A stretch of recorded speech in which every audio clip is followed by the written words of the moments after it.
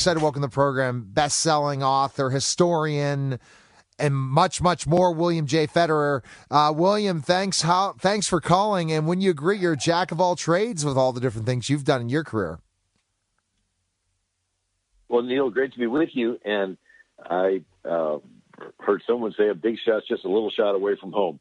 But my first book came off the press in 1994, sold to 500,000 copies, and that opened the door for me to do about 20 different books and have a radio show. You mentioned American Minute, TV show called Faith in History. In the middle of all that, I ran for Congress several times. Oh, that interests me. Almost got elected, but didn't. But what a life. Yeah. But I also send out a daily email called American Minute, something that happened on each date in American history, and have the significant following. And but just doing my little part to try to. One of my favorite quotes is Arthur Schlesinger Jr., Pulitzer Prize-winning historian. He was on John F. Kennedy's staff. He said, history is to the nation what memory is to the individual. And so if you think of it, have you met an individual who's lost their memory? Maybe they have Alzheimer's. They forgot who they are. They forgot who you are. Well, in a sense, we have national Alzheimer's. We've lost our corporate memory of how unique we are in world history and a lot of the stories that have turned into these freedoms that we have in America. Anyway, so I sort of had a passion about studying the history and make it presented in an interesting form for listeners today. Yeah, and that's the interesting thing you're bringing up, William, is let's go how it started. I always like the story because I'm sure you have tons of people who want to talk politics with you, want to talk history with you. Well, I want to get to know who William J. Federer really is and what makes him tick. So tell us the story of how you kind of got involved in all these different types of ventures. And my one co-host has joined me, and I'll introduce him after you give me a quick little update. How did it start for you? Was it undergrad in history? How did all this develop? Right. I do have an undergrad with a minor in history, and my dad was an attorney and historian. Went to school for 6 months in Europe, and then went back there for another 6 months and traveled to all the different countries. And but I have to say, when I really became an adult and looking at history, especially from what I call a Judeo-Christian perspective, it all began to take on a new meaning. And I tell people there's what's called philosophies of history. And you say, I know philosophy, I know history. What do you mean philosophy of history? And so the Judeo-Christian is a linear view of history. There's a beginning point and an ending point. There's prophecies made, prophecies fulfilled. There's creation, there's judgment. But every event that occurred in history, falls somewhere on this timeline. There's the animist view of history, which is your basic sort of the tribal, the circle of life. Everything just keeps repeating itself. Another one's born to carry on and so forth. There's a Marxist view of history, which tries to reinterpret it all as a class struggle, always those terrible rich oppressing the poor. There's an Islamic view of history, which you can change it to help spread Islam. And so if an artifact is discovered in Jerusalem that may prove the Jews had a presence there, the response is to destroy the artifact. But then there is the nihilist view of history. And nihilism is this Nietzsche, God is dead, and there's no purpose to anything. Everything is just totally random, no purpose, and that's the way they teach it in the public schools. And when you see there's a whole bunch of disjointed events and there's no purpose to any of it, when you go from the nihilist view to the linear Judeo-Christian view, it's like turning the corner on a cornfield and you see the rows lined up. It's the same cornfield, but from one perspective, it just looks sort of random. Another perspective, it looks like these nice, neat rows.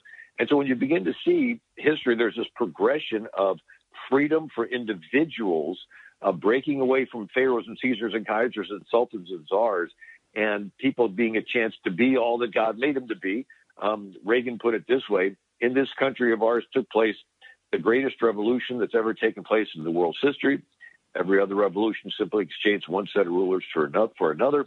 Here, for the first time in all the thousands of years of man's relation to man, the founding fathers established the idea that you and I had within ourselves the God-given right and ability to determine our own destiny.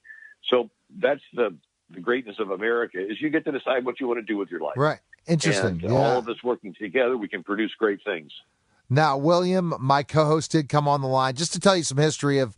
He's been with me for a long time, and sometimes he doesn't stay up late at night. But we've interviewed a variety of different people. But he's very opinionated and definitely on a different political sphere than me. I want to welcome the program, Jarrett. Jarrett, how are you? So we have William J. Federer on the line, and didn't prepare you at all for this interview, Jarrett. How are you? And he is very well known author, historian. Jarrett, say hello to William. Hey, hi, William. Welcome aboard. Hey, Jared, great to be with you. All right, so let's excellent. Go over the first question. On. Yeah, no, I'll carry on in a little bit of a storyline, and we'll jump right into specifically maybe questions you have in history and all that stuff. So, William, so this whole philosophy thing developed from you, but what was your trade? What did you do as a job before this became your full-time gig? All the stuff you're doing now. An accountant. I worked in real estate, oil and gas, and accounting. Interesting. And so from there, then that just led to your passion, it sounds like. This is your passion, writing and radio and history, right? Yeah. So my first book is a collection of quotes. It's a book called America's God and Country Encyclopedia of Quotations. And it was sort of a multi-year project where I read through all the messages and papers of the presidents and excerpted out all their references to anything that had to do with faith. So that's why it's called the God and Country Encyclopedia of Quotations. Read through all the state constitutions, colonial charters, Supreme Court decisions, acts of Congress, Continental Congress, the journals of Congress, all these different things. And so I compiled it. And it's alphabetically arranged. So Abigail Adams at the front, William Bradford, Christopher Columbus, Charles Dickens, Jonathan Edwards, Ben Franklin. And it just goes through it. And they're quotes with several hundred pages of endnotes.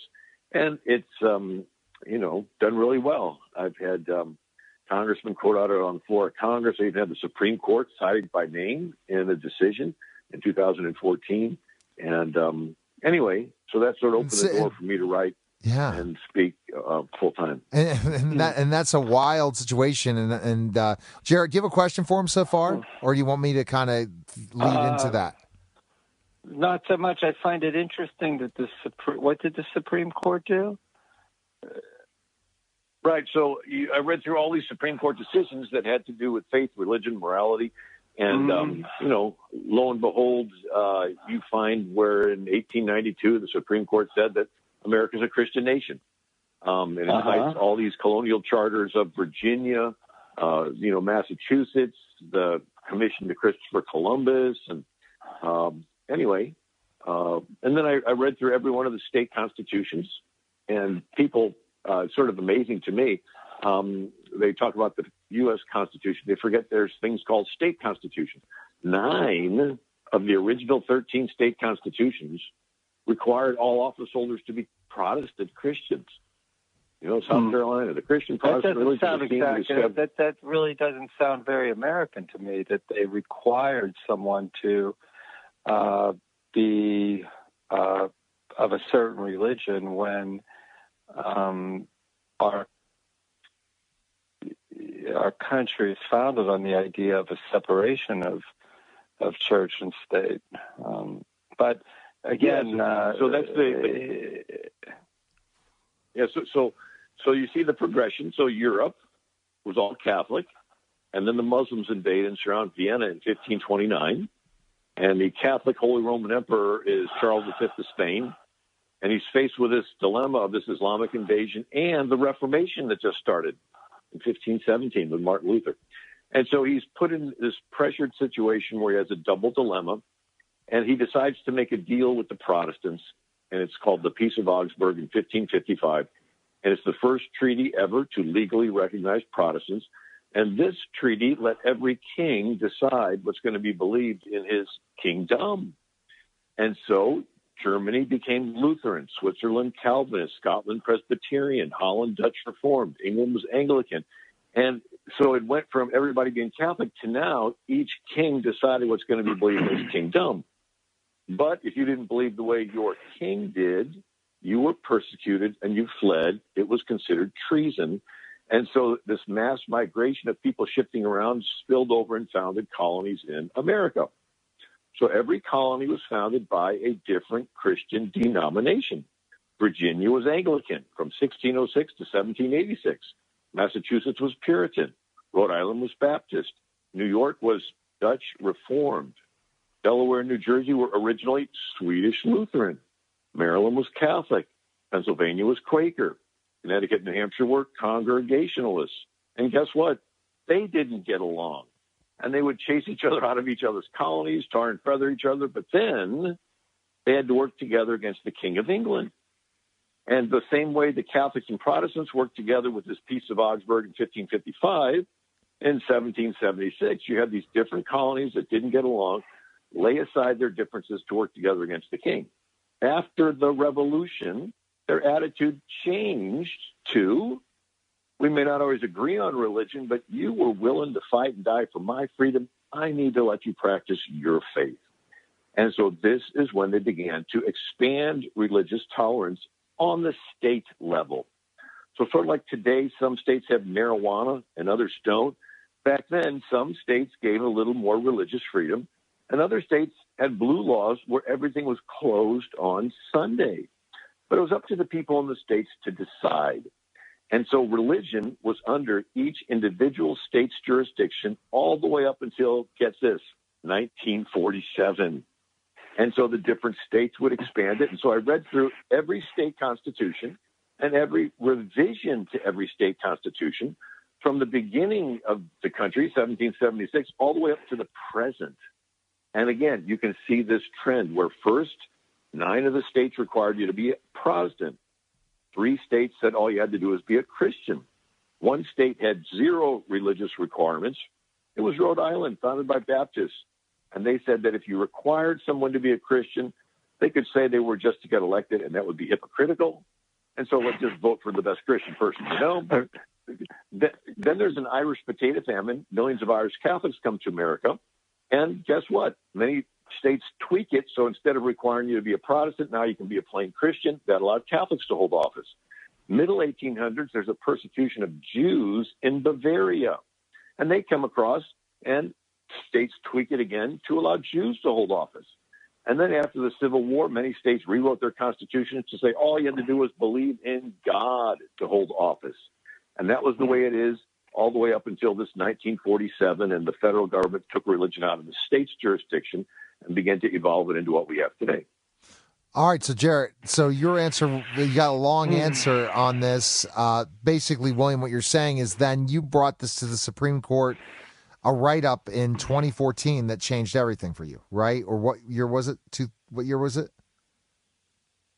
Involving the Supreme Court? No, so I've written several, over the years I've written several what they call expert witness testimonies. One was for a case on the 10 Commandments where I went through all my research and showed evidence from the laws. For example, Pennsylvania colonial charter says that there's no business done on Sunday because it's the Lord's Day. And so lo and behold, it's got incorporated into state constitutions and eventually the federal constitution. So there's no federal business done on a Sunday. So I went through that. That was one. But in 2014, the city of Greece, New York, had a little city council, and they opened with prayer in Jesus' name. ACLU sues, goes to the Supreme Court. Justice Anthony Kennedy said they can pray any way they want because the Continental Congress opened with prayer in Jesus' name. Reverend Jacob Duché was the chaplain, and he gives the prayer. And afterwards, he cites my book as the source, W. Feder, American God and Country. And but this has just been a passion of mine to sort of study this because there's been so much disinformation. There's been so much confusion, but you have to go back to the source. And you got to read these founding documents to get the understanding of what the founders meant. All right. So are you? So I'm curious. I need to go back to this whole the states establishing the. I'm not quite sure I understand what the point that you're making with the states and how they evolve regarding religion. Because right now I'm actually looking at the First Amendment of the Constitution of the United States.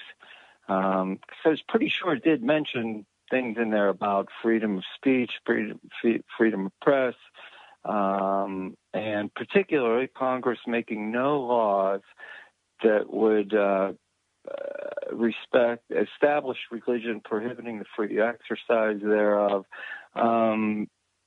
then abridging the freedom of speech. And I'm having a hard time kind of understanding the point that you're making regarding states and the states establishing. So what's the first word? Evolving. What's the first word?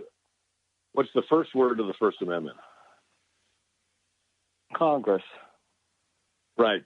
So who is limited by the First Amendment? That's such a narrow. You're seeing it as something very narrow. I'm seeing it as. Interrupt, but it's pretty well, simple. you It's did. Congress. If you didn't mean to interrupt, you certainly did. But the laws establishing religion prohibiting free exercise of. If someone can't run for political office without establishing that they are Christian or even more specific, have to be a certain religion within Christianity, the states' rights, states are violating that Constitution, where they're not able to exercise. They're not able to exercise. So yes, Congress cannot pass any laws that would establish a religion, but the First Amendment goes far beyond that. It prohibits anyone. It prohibits anyone from limiting the exercise of free speech. Congress shall make no law respecting an establishment of religion, comma, or prohibiting the free exercise thereof, comma, or abridging the freedom of speech. So separate thoughts right there. They're not all connected. So who's limited by Congress? He asked who's limited, Jared. They're separate thoughts. Who's limited by that? Separate thoughts. They're separate thoughts. What they're saying is that no one. Is it a tough question? What they're saying is no one can, especially the states. No one can limit someone's opportunity. I'm just asking you what the word is. I just told you what the word is. Okay, the word is what? Congress. So the First Amendment, the first 10 amendments limit Congress. That is the lawmaking body. They do not limit the states. They do not limit the pastors. They don't limit the coaches. They don't limit anybody except Congress, the federal lawmaking body. Simple. No, they're limiting. If you want to know, they're limiting the preamble of the comma separate. Have you read the preamble of the Constitution? Yes, I have. If you read, okay, so please don't go into the whole right-wing condescending or preamble of the Bill of pattern that you guys like to use. Preamble of the Bill of Rights. Have you read the preamble of the Bill of Rights? Yes, I have. How about you read it to me this time? What does it say? How about you read it to me this time? All right. It starts. Go ahead, Google it. You can look it up. No, he's got it. No, I got it on my website. Yeah. So the first 10 amendments were passed on December 15th. I'm sorry. I thought you were going to read to me the preamble of the Constitution. Would you like me to? Well, that's what you asked. Have I read the preamble of the Constitution? And then I said, why don't you read it to me?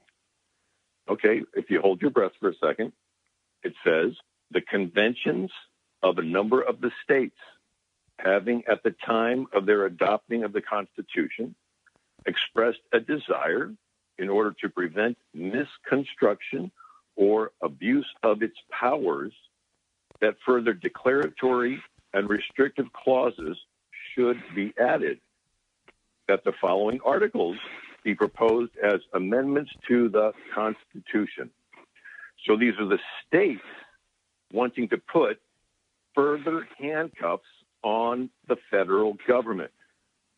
The first 10 amendments are limits on the federal government, period.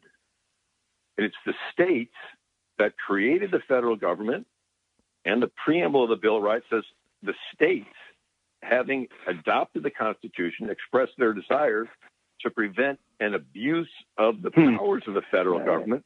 They want to put more restrictive I actually clauses. don't. So see, now I don't mind interrupting you because that's not what the preamble says. Read it to me. Preamble of the Bill of Rights. Certainly because you didn't. All right, so this is so William, the Constitution. Let me stop you guys for a second. I didn't expect such a debate going on. I have William J. Federer on the line. Jared Neil, please, you know what? Carry on without me because this is absolutely asinine. The direction of this, and God forbid you continue to book more preamble, more people like this. Two different things. Preamble of the Bill of Rights is on one thing. Constitution is another thing. You got two different documents. They both have preambles. You were quoting me the preamble of the Constitution. I was telling you the preamble of the Bill of Rights. I'm sorry that I have to make this and then William, and he did jump off the line. I'm surprised by this, and this is where we have come in as our country, as we are really getting division anytime that there's a different opinion. And I want to kind of lead into that. And I know you're used to debating, I'm sure, lots of different programs and different things like this. But as I was surprised in not getting that explanation. And what has happened, William, we're afraid. We are afraid to bring up God and the Constitution, God involved in certain things. What has happened so far that is leading certain people's opinions that lead to this kind of dialogue that's very divisive? I wanted your opinion on that. Right. Well, we've had so long where people have not studied history and they have come up with wrong ideas, and it's perpetuating a wrong result. And so my concept is let's go back and read the founding documents. And so you can read the state. So you read, I read every charter of every colony. And lo and behold, in Virginia, it required you to be an Anglican in Virginia from 1606 to 1786. It required you to be a Puritan in Massachusetts. It required you to be Dutch Reformed in New Amsterdam, which became New York. I'm not advocating for that. I just read it. Anybody can go online. You can go to Avalon Project that Yale University has, and they have all these founding documents, and you can spend the time reading it. The point I'm bringing up is you drop the pebble in the pond, the ripples go out. Yeah. And you first see that there was tolerance in America only for the denomination that started the colony. And they did not like each other. And they would tar and feather each other. That was bad, but that's the way it was. And then at the time of the Revolution, they began to work together against the king. And they went from tolerating their particular denomination to tolerating Protestants. Well, this is definitely true. This is in history, and I agree with you. And I wish I would have brought on someone else that's a very well-known historian that comes on my show. I mean, not well-known historian, but he's a poli-sci history major type person, has even more knowledge, and this would agree, but yet disagree with you because of the way the stance you're going. Here's the problem, William, when we've come up in this, our society. Again, we're talking to William J. Federer, surprised by my co-host, historian, best-selling author, and nationally known speaker. Never knew you'd be land-based like this. But again, I like this because this leads to more of the dialogue that why certain people don't want to hear other people's opinions, which I disagree. Then we don't have freedom of speech in this country. And then we run into, hey, why would you put somebody else that has a different opinion than somebody else on a radio show, which I don't agree with at all, because I will interview, any person. By the way, William, I had William Ayers on my show. And we could go into education, and and I know he has a checkered past, but we went in and he provided good information. But the thing I think what you're trying to state from this is that basically why our country was founded was freedom of religion, right? Bottom line, we know this in the history books. Right. So we have to know where we came from to know where we're going. And so all I did is plot out this progression of the advancement of religious freedom. And so obviously they didn't have it in medieval Europe. No, they didn't have it in England. And then in the different colonies, they didn't have it. But then they began to have lots of immigrants come over to the port cities of Boston, Philadelphia, New York. These immigrants couldn't spread out fast enough. And so we began to see a development of religious tolerance. And so, again, it goes from just the denomination that starts the colony is tolerated. Then, with the exception of Pennsylvania and Rhode Island and maybe a little bit Maryland, but then it graduates to tolerating anybody that's Protestant. And then there's a Catholic potato famine in Ireland, and millions of Irish Catholics come to America. And the states begin to expand religious tolerance, not just from Protestants, but to include Catholics. And they do that by tweaking it by saying, instead of requiring you to be a Protestant, all you got to do is be a Catholic. And then there's a persecution of Jews in Bavaria. So I'm reading Maryland's 1851 Constitution. And it says, from 1776 to 1851, it said every office holder had to be a Christian. But in 1851, Maryland added, and if the party shall profess to be a Jew, the declaration shall be of a belief in a future state of rewards and punishments.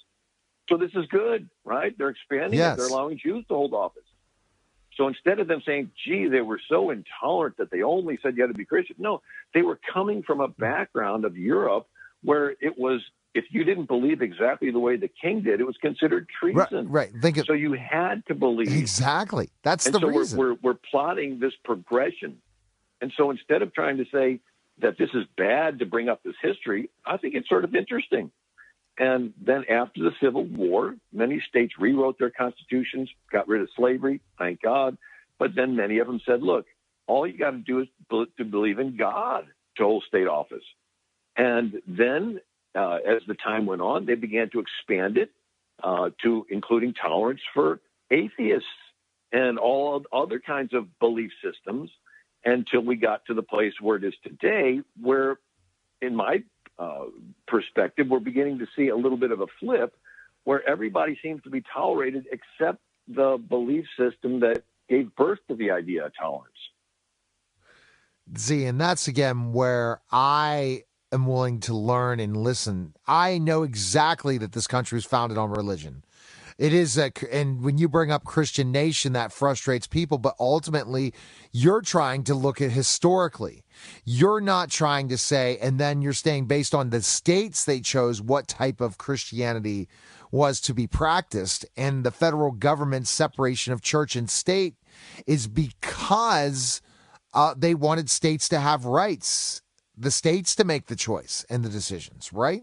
I'm kind of getting where you're going with this.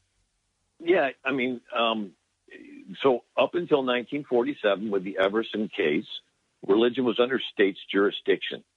And so like a racetrack with 13 lanes, different states expanded religious freedom at different speeds. And so Connecticut was slow. It mandated that every office holder be a Congregationalist Protestant up until 1818. Massachusetts, you had to be a Congregational Protestant up until 1833 in order to get elected to state office.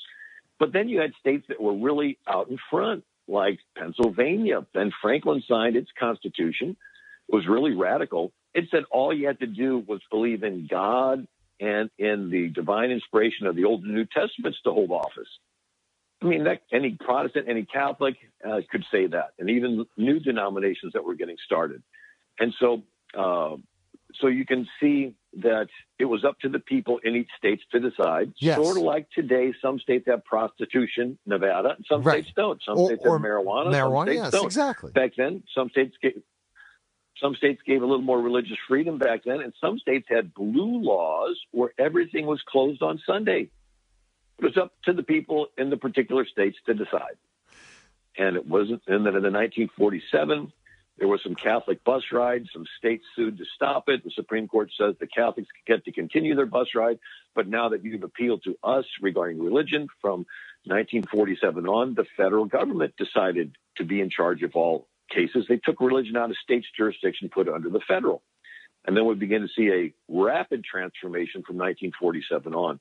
And I'm happy to go through it if you think the listeners would be interested. No, I think the listeners are interested, and I think we give a different point of view with my co-hosts that have a different political view. And I more and more have become tolerant of all people's belief system, more and more of a journalist and want to learn from this. But you're saying nothing that used to be in our history 25 years ago, William, when I was in high school. We covered how religious tolerance was the reason our country was founded. Are you telling me that they're really not trying to discuss this as much in our history books today in schools? Right. So and I've seen the textbooks where they'll specifically edit out references to faith and religion and so forth. And they'll have the Mayflower Compact, and you read it. The original, it says, having undertaken for the glory of God and the advancement of the Christian faith, the voyage to plant the first colony in the northern parts of Virginia. And then you'll look at the textbook and it says, having undertaken a voyage to plant the first colony in the northern parts of Virginia. It's like, okay. But over and over again, they'll decide to leave out these references to faith. So kids go through school thinking, I guess they didn't have any faith. And but another concept, Ben Franklin is in Philadelphia. Philadelphia was unique. It was where William Penn had his holy experiment. What's that? His dad was a famous admiral that defeated the Dutch Navy. New York was a Dutch colony, but when the Dutch Navy got defeated, the British were able to take over New York. So Admiral William Penn was a big deal in defeating. He captured Jamaica from the Spanish, right? Port Royal, Jamaica, and everything. It was Admiral William Penn, the dad of the founder of Pennsylvania. Anyway, so this dad's a big deal. There's an exiled king, Charles II. He goes over to Holland, puts him on his boat, brings him back to England. And so King Charles II is sort of indebted to this admiral. Well, the admiral's son, the young William Penn, he's at Oxford. He's a big man on campus. He hangs around this group that's always getting into trouble called the Quakers. And they get raided, they get put in jail, and the dad fishes his son out of jail and says, what are you doing hanging around that group? And don't you know the king is the head of the Anglican Church and you don't want to get on the wrong side of this political situation?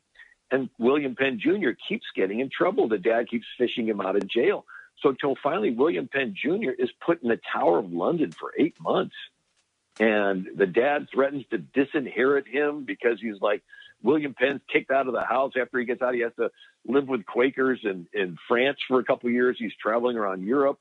And he finally comes back. He makes up with the dad. And the dad says, look, son, I'm dying. Just promise me you'll never violate your conscience. And then the dad works a deal with Charles II saying, look, after I'm dead, promise me you'll take care of my son. And so the dad dies. Charles II calls young William Penn in and gives him this land that the British took from the Dutch and the Swedes. He names it Pennsylvania after the dad. I mean, exactly. And so that makes young William Penn the largest non-royalty landowner in the world, 45,000 square miles, and he now owns it all. And so William Penn Jr. decides to open up his colony for Quakers, but he takes another step. He opens it up for all the persecuted religious groups of Europe. And so into Pennsylvania comes the Lutherans, the Baptists, the Presbyterians, the Catholics. The first Catholic church in the English-speaking Catholic Church in the world after the Reformation was St. Joseph Church in Philadelphia. And he opens a synagogue in Philadelphia. And so William Penn called it a holy experiment. What was the experiment? To see if Christians and Jews of different denominations can actually live together in the same geographic area. Wow, what a novel idea. There's nothing, William, that you've told me today that I don't know of, but it scares me to know that these references are being taken out of our textbooks now. Because ultimately, the reason why the United States was founded, or even our colonies were founded, was for religious freedom and freedom from the persecution and tyranny of Europe. And there you go. Common sense, simple. Stamp it. But if you're telling me that you're and so you're bringing up a very important point. Now, the founders of these colonies in America realized this concept of freedom of conscience. They believed that, yes, there was a God, and yes, you were supposed to worship him, but your worship was only of value to God if it was freely given. They would go back and see, in the scriptures, Jesus never forced anybody to follow him. He didn't say, get back here or I'll chop your head off. He even turns to Peter, says, you want to go too? There's the door, So if Jesus never forced anyone to follow him, we can't. And so these people came from Europe where kings were forcing people and burning people at the stake for not believing the way the king did. And they're like, look, Jesus didn't force anybody to believe in him, so we can't. And so they made that a founding principle of America. It's called freedom of conscience. And it's based on this concept that your worship of God is only of value if it's freely given. And so this got incorporated into all of the different state constitutions. And I just think it's a great idea, but it's a concept that doesn't exist in Sharia Islam, right? Their concept is that you have to submit, whether you have a warm feeling in your heart or not, you have to submit. Where there's no freedom, you're free to join Islam, but you're not free to leave. And that's, the founders didn't believe that. They believe that you should have the freedom to join and have the freedom to leave. It's not the state's job to force you. Because once it's forced, it's no longer a value. It's like love.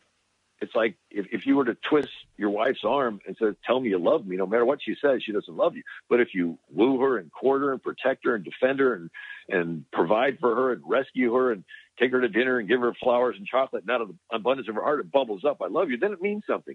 That's the idea these founders had, is that your worship and love to God is only of value if it's freely given. If it's forced, it's no longer love. It might be fear, it might be submission, but it certainly isn't love. And the idea is that God is love, and he wants to be loved back. And for the love back to be loved back, it must be voluntary. So you got to take off the government restraints. Yeah, so let's just jump into, this is great background, and people need to definitely pick up your books and different things like that. We could go into so many different conversations, but we were trying to kind of talk about the story of how you kind of broke into this, became your profession. You came in, started writing, and then bam, you got involved, ran for Congress, you did all these different deals. The thing that I think that Jarrett brought up that started the whole process was the Supreme Court thing. So explain that more to us, specifically how your book was brought up and then how that changed your pretty much your whole brand and where you were going and how you've developed into who you are today. It really didn't change anything. I just put out the book in 1994. It sold 500,000 copies. Right. It's just a quote book, so there's no prologue, there's no conclusion. It's just quotes with 100 pages of endnotes, and it's been out for so long, and it's been quoted by lots of different groups. And I just listed that it was quoted in a Supreme Court case, but it didn't really change anything. Not at all. No. It's basically, just the fact that I, write and speak, and I run into people that have gone through maybe the last generation or so of the educational system, and they've been taught this sanitized version of history. And when they hear that it may not be the way it actually was, it causes them to be a little bit troubled on the inside, and they don't know how to respond. But if we just look at the facts, it gives us an understanding. One of the things I thought was interesting was if this populace at the time of the founding was predominantly Judeo-Christian, what would convince them to extend tolerance to non-Christians? And I found three arguments. One was that Jesus never forced anybody to believe in him, so we can't. The second is the Sermon on the Mount, doing to others as you would have them doing to you. Many of them were persecuted in Europe, and they didn't like that, so they came to America and said, look, we're not going to persecute, so we don't want to be persecuted. And the third was evangelism. So we think of missionaries going out around the world. The missionary movement did not start until the early 1800s. It was called the Second Great Awakening Revival. Prior to that, and this is when the abolitionist movement started. This is when hospitals and different universities and so forth, were Princeton, these things were started during the Second Great Awakening. But prior to that, the idea of how you could share your faith, that there's a God who voluntarily wants to have you respond, the way that you could share your faith was to let non-Christians come in and live in your neighborhood and get a chance to know you, and then you would have this opportunity to share your faith with them. And the idea of getting on a boat and going to the other side of the world, never seeing your family again, risking piracy and diseases and so forth, they hadn't thought of that. And so these were Christian arguments to a Christian populace saying, if you're really Christian, you'll let non-Christians in so you can get a chance to love on them and explain the gospel to them. So I just think it's fascinating that it wasn't atheists that founded the country trying to figure out how to tolerate non-atheists. And it wasn't Muslims that founded the country trying to figure out how to tolerate non-Muslims. It was Christians that founded the country of different denominations, and they didn't get along with each other. It took them a long time to learn to tolerate each other. Absolutely. And then they keep going. Sorry. And then they decided, well, let's expand it to these new Christian denominations that are being started. And then it was like, well, it's not the government's job to decide what's Orthodox Christianity and what's not. So let's tell the government hands off. And then it was, okay, if we're going to, extend it to these, different nominal Christians, we may as well extend it to Jews. And then may as well extend it to anybody that believes in a monotheistic God, and anybody that believes in any religion.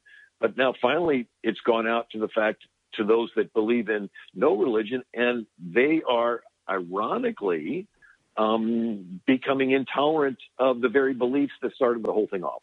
And I just think it's an interesting phenomenon. Oh, it definitely is. So with the success of your book, 500,000 copies sold, then you got involved in all this. What is your take, especially when my co-host and you went, of really debating some of these topics, especially relating history to today, especially when we look at specifically the last, let's say, 12 to 14 years, where really we're getting some divisiveness on both sides going back and forth. Where do you see meeting that middle ground when you take history and current politics today?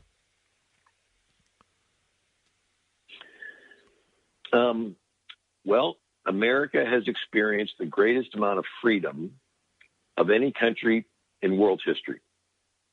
And again, one of my other passions is studying the history of government.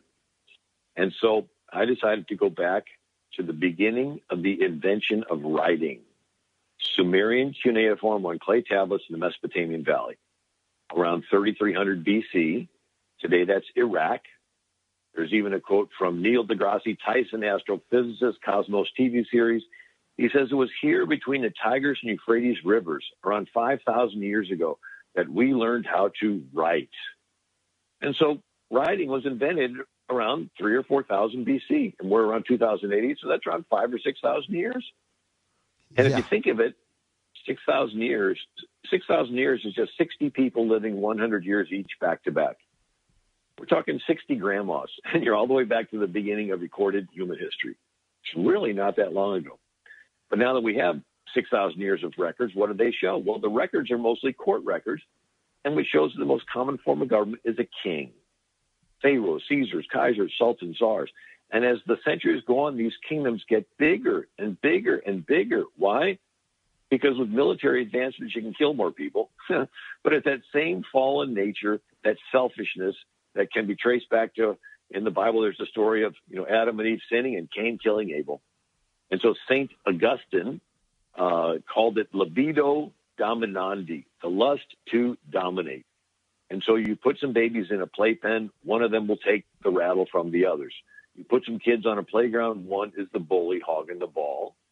You put some junior high girls in a clique, and one of them is the diva. You put some people in the woods, one of them's the Indian chief, and put them in the inner city, one of them's a gang leader. Yeah. And all a king is, in a sense, is a glorified gang leader. It's a hierarchical system. If you are friends with the king, you are more equal. If you are not friends with the king, you are less equal. And if you're an enemy of the king, you're dead. It's called treason.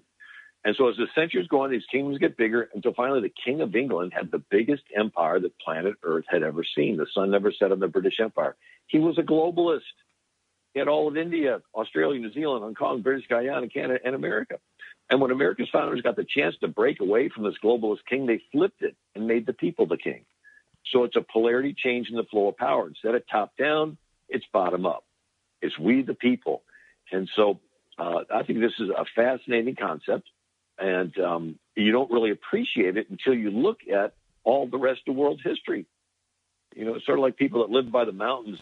They're so used to it, they don't even realize that they're there. Or they live by the ocean, and they never go out to it because they're just sort of used to it. We've experienced and grown up with these freedoms, and we don't realize how totally rare they are. Yeah. I was reading about, Beethoven giving piano lessons to the daughter of a duke, Czech duke. And they fell in love, but she was not allowed to marry Beethoven because he's in a lower class. He's a piano teacher, and she's the daughter of a duke. And then I was going through Dusseldorf, Germany, and through the museum, and they had these mannequins of fancy dresses and gowns, and then they have these drab brown and grays, and the king decided what color the people could wear, and the peasants could only wear browns and grays. But man, could you imagine that, like in burqa, the government deciding what you can wear? Yeah. And then I was reading in India where there's a caste system, 7 layers, and they can be reincarnated into these different levels. Well, the lowest is called the untouchables, or Dalits, and their job is to clean the sewers. No matter how good a job they do, they can never graduate and become a Brahmin. They're near divinity in the Hindu belief system. And so the government structures limit your freedoms. And so in America, I tell kids in school, you struggle over what you're going to do with your life. That is a luxury that most kids around the world throughout history don't have. Never. No. And so you get to decide who you want to marry, where you want to live, what clothes you want to wear, what job you want to pursue. You can apply yourself. You have these freedoms. And so Make America Great Again, what's great about America is you get to decide what you want to do with your life. And so you basically get to be the king of your life. And the word citizen, kings have subjects, and the word citizen is a Greek word. It means a co-ruler, a co-king. And so we're all citizens of America. We're all co-kings of America. So we get to be the king and decide what we want to do with our lives, and collectively we decide what's going to happen with the country. So we pledge allegiance to the flag and to the republic. A republic is where the people are king, ruling through representatives. So we're basically pledging allegiance to us being in charge of ourselves. And so when somebody protests the flag, what they're effectively saying is, I don't want to be the king anymore. I protest this system where people rule themselves. It's like, okay, somebody else will decide what's going to happen with your life. Exactly. And, if we lose our freedoms, and that's the thing, the divisiveness that's happening is there's a battle if we're going to have freedom or are we going to let someone else be in control, which will become what lots of people wanted to free themselves from. Pretty much what you're saying. Correct? Yeah. And, so, wherever you get a king, he dictates it. And people say, we don't have kings anymore. Yeah, we do. They're called communist dictators. Every communist country and socialist country has a dictator. So Stalin was the head of what? The Union of Soviet Socialist Republics. Exactly. Yet even Franklin Roosevelt said the Soviet Union is run by a dictatorship as any other dictatorship in the world. So it has the name socialist, but it's a dictatorship. Hitler was the head of the National Socialist Workers' Party. That's what Nazi stands for. So he's a dictator. He's a Führer. And so every socialist and communist country has a dictator. The Communist Party members are the new royalty. They get special treatment, special shops, special neighborhoods to live in.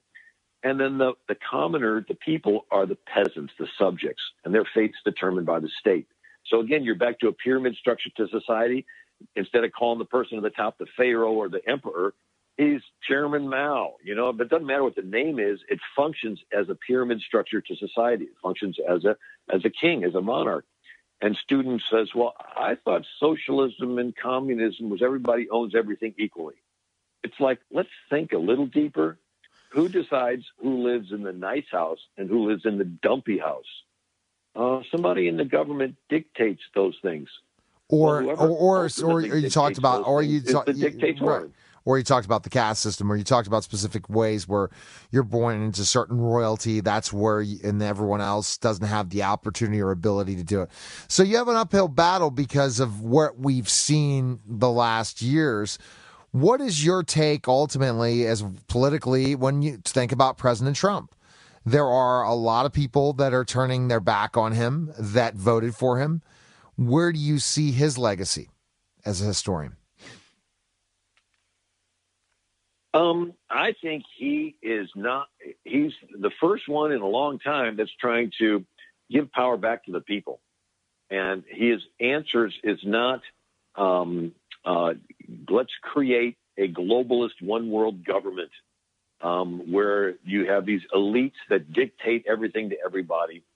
And, this idea that, put people back in charge of their lives. And I think it's beginning to ring true. And I'm at a hotel in Washington, D.C. as we're speaking.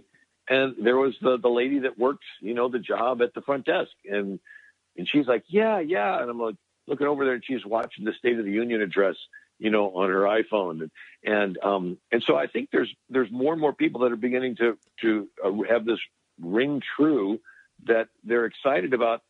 We don't want Lenin said, socialized medicine is the first step toward a socialized state. And if you think of it, if the government, whatever they provide, they can take away. Yep. And Gerald Ford, the 38th president, Gerald Ford, I read through every one of his addresses. I read through every address of every president, albeit I have to say that the previous president, I didn't read them all. And my focus, I could put together a book on all the past presidents, even an entire book on FDR. I read through, he was in office 12 years. I read through all of his addresses. But up until the previous president, I've been keeping up with them all. But nevertheless, in reading through these, you get an indicator of the agenda that they're promoting. And Trump is one that's wanting to put it back into the hands of the people and not have this answer of, so Gerald Ford, he must have said it 150 times. Government that's big enough to give you everything you want is big enough to take away everything you have. Exactly. Yeah. One time he says, my staff says I say this at every speech, but it's true. The government is big enough to give you everything. It's big enough to everything you have. Another speech, he says, I was in Congressman in Congress, and these congressmen were always proposing new things for the government to do. And I asked myself, don't they realize that the government that's big enough to give you everything you want is big enough to take away everything you have? I mean, that's like the one thing he said over and over. And it's true. And so if you want a socialist state that provides everything for you, they will own you and they will decide who won't get all this stuff. And that's not what our founders wanted. They said, yes, take a risk and you can get the reward. You can work hard. But if you want security and you want the government to be the total safety net, they will, but they're going to have all the take away all your freedom. And so that's sort of the trade-off. And the dilemma is any programs run by the government, it's run by individuals who want to keep their job. And so it's called the deep state. And they're going to do everything they can to stay in power and keep their job. And it gets bigger and bigger and bigger until pretty soon it tips over.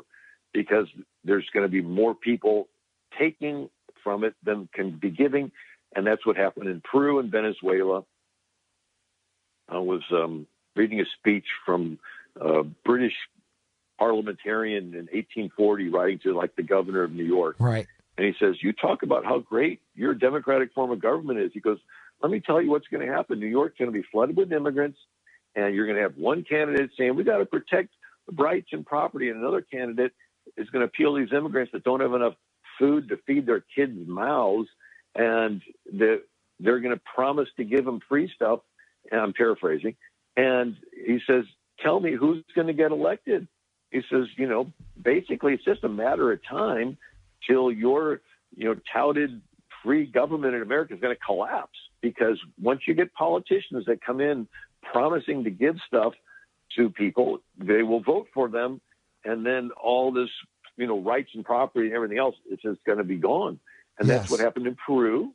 That's what happened in Argentina. That's what happened in Venezuela. You have candidates say, look, if you vote me in, I'll give you free stuff. And so you have to take it from the rich, give it to the poor, take it from the rich. So pretty soon there's no more rich left. Foreign investors pull their money out, and then there's not enough to give the poor, and the poor start rioting. And what do? It's too late. That's we have an outlook. What can we do, especially to educate other people, that we have to look at history, and we cannot allow our country to be like every other country. Yeah, a great quote from Patrick Henry. He says, I know of no way of judging the future but by the past. A great quote from Winston Churchill. The further back you look, the further forward you're likely to see. So the past gives you a trajectory of where it's headed. I tell people history is not prophetic, but it is predictive. And so if you put a dot on a page, I ask you where the next dot's going to be. It could be anywhere, but if I can show you all the dots preceding that dot, you can put a ruler up next to it, take a pencil and plot it and see where it's going to head. And so by learning history, we can sort of get this indicator. And right now, we've moved,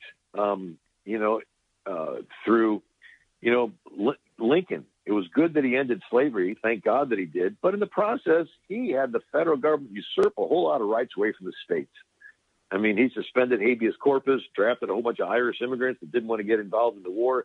He, arrested the entire Maryland legislature so that they wouldn't vote to secede. And then Woodrow Wilson. It was good that he got us through World War I, but he pushes through the income tax, the Federal Reserve, and League of Nations, all kinds of stuff to try to usurp more power. And then FDR. It was good that he wanted to get us through the Depression, but he concentrates power with all of his New Deal programs and so forth, and a tremendous concentration of power. And even President Bush, it was good that he didn't want to have any more terrorist attacks, but he concentrates power with the NSA and the Patriot Act and all the surveillance and stuff. So now the government can read all your emails. And so you have leaders that, both Democrat and Republican, over time concentrating more and more and more power into the hands of fewer and fewer and fewer people. And that's what I see as a great concern. And because the people that are in power are not going to want to get out of power. And once you back to the centralized position, no matter who's at the top, it functions in this pyramid structure to society. And there's a loss of freedoms for the individual if you don't go along with whatever the government's approved agenda is. And anyway, so I think it's time that we wake up, learn the history, and maybe put some brakes on it. I am one in favor of securing the border, but I do have a little hesitancy toward the national emergency thing. Why? Because it would be doing something that would be a little bit unprecedented, which another president could later come along and say, you know what? I'm going to declare something else a national emergency, and maybe we need to start arresting people arbitrarily. And it's like, oh, let's not do that. Exactly. You may as well be in some communist China or someplace. And so both, Washington warned of this in his farewell address. He says emergencies, what he called crises and disorders, will incline the hearts of men to seek an instant answer and he said to seek security and repose in the absolute power of an individual who will use this disposition for his own elevation on the ruins of public government, and then whatever you call it, it will be a despotism. And so he says whatever transient or temporary benefit is gained from concentrating power will cause permanent damage to our free system. All right. So Democrat, Republican through history, the idea was, yes, there's problems, but maybe let's not let power get concentrated into the hands of the government to solve the problem. Maybe let's disassemble it, put it back into the hands of the people.